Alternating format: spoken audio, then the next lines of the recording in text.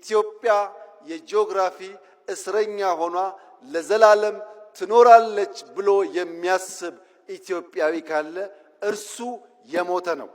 በሰላም በዓለም ሕግ መሰረት ኢትዮጵያን ከዘጋት በርና ድሃ ካስባላት መጠሪያዋ መገላገል አለባት ብለን ስለምናምን በየትኛው መድረክ ከኢትዮጵያ ጋር በሰላማዊ መንገድ ለመነጋገር የሚፈቅድ አካል ካለ እጃችን ከምን ጊዜውም በላይ የተዘረጋ ነው። ነገር ግን ኢትዮጵያ የጂኦግራፊ እስረኛ ሆኗ ለዘላለም ትኖራለች ብሎ የሚያስብ ኢትዮጵያዊ ካለ እርሱ የሞተ ነው።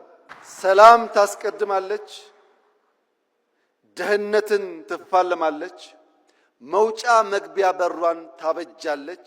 ይህ አይቀሬ ጉዳይ መሆኑን ተገንዝበው ወንድም እህቶቻችን በፈጠነ ጊዜ ለድርድር ራሳቸውን ዝግጁ እንዲያደርጉ ማድረግ ነው። ይሄ መንገድ የአቅምና የአቋም ድማሮ ስለሚያመጣ የአቅምና የአቋም ድማሮ ሲፈጠር ደግሞ የኔ ህልም ፓርላማው ለምስራቅ አፍሪካ ወንድሞቻችን ይሄን ያክል ቢሊዮን ይበቃል፣ ይሄን ያክል አይበቃም ብሎ በጀት ላይ መከራከር የሚጀምርበትን ጊዜ ማየት ፈልጋለሁ። ኢትዮጵያ ማገዝ አለባት።